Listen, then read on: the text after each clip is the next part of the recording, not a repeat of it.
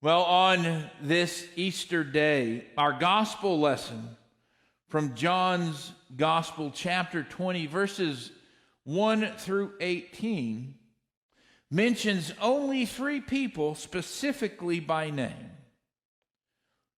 Jesus, Simon Peter, and Mary Magdalene. Now this Holy Week, we've tried to journey with Jesus, and it's been a journey, as it is every year. We began with Maundy Thursday and talking about and reflecting upon Jesus giving communion to his disciples, showing what servanthood is about with the example of washing feet. And that night, to go into the garden and be arrested. We were with Jesus as we witnessed his crucifixion on Good Friday. And we were asked to remain present and not rush through the day, but watch as Jesus has died. He's laid in a tomb. And then on Holy Saturday, a day of waiting, a day of being patient, something that probably does not come easy to any one of us, but to wait as Jesus is in the tomb.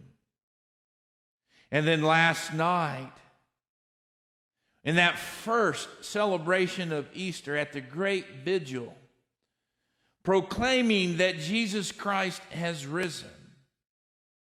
All of this, all of these events, all of Holy Week, talking about the passion of Jesus Christ, the crucifixion through the resurrection.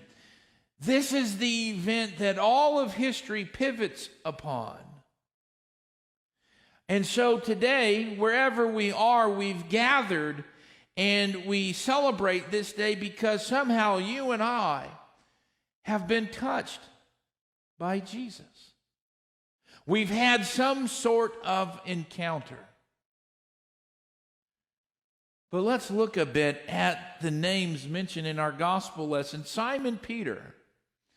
Recall Simon's story in the long narrative on Palm Sunday and Good Friday. Peter's always so quick to speak up, always the one to say when perhaps any one of us would want to remain silent. And Peter says, Jesus, there's no possible way that I would leave you. Everybody else might walk away, but I will remain by your side. And then we can feel the horror. Those verses where Peter denies Jesus before the cock crows. Peter's remarkable inclusion in this narrative reminds us that not only Peter, but all of us, none of us are outside from the reach of Jesus' grace. None of us are disqualified from Jesus using us in the future. What a remarkable part of this story, that we are redeemed, that when we think we are so broken, or that my past has so much stuff in it, there's no possible way God can use us. Simon Peter reminds us that none of us are disqualified. Redemption is at the core of Jesus' story. So that's available to us. There's nothing in your life or my life that is beyond Jesus' redemption. Peter will always remind us of this. Mary Magdalene. What a remarkable person.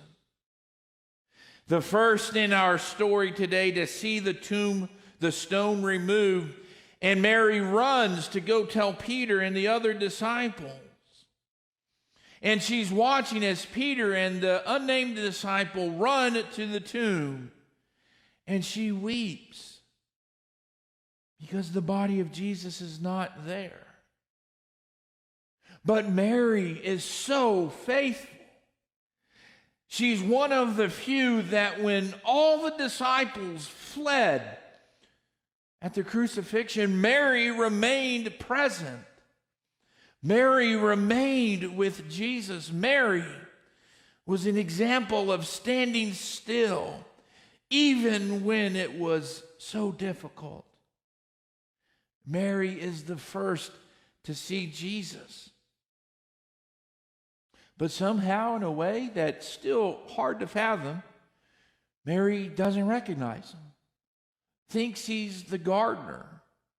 And I would imagine, should I be in her shoes, that the events of the crucifixion and resurrection would have been so intense to take in that it'd be hard to comprehend what you saw.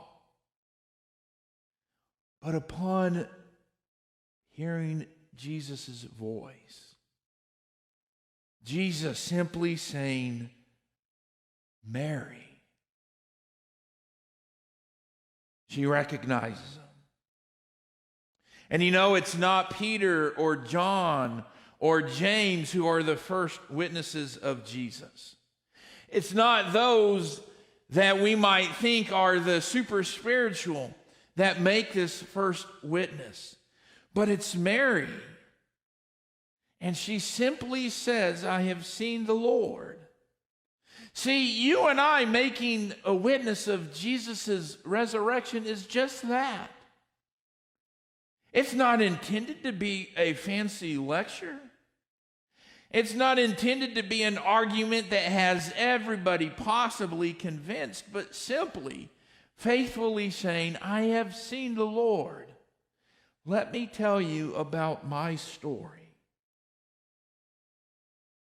So we celebrate the resurrection today because of Jesus Christ. Because Jesus encountering us, our failures, our brokenness does not have to define us. Our fears do not have to rule over us. And even our own deaths, and they will come, even our own deaths will not have the final word over us. And so, friends, wherever we might be on this day, still apart, still grieving, but even where we are, we bear witness. We've seen Jesus.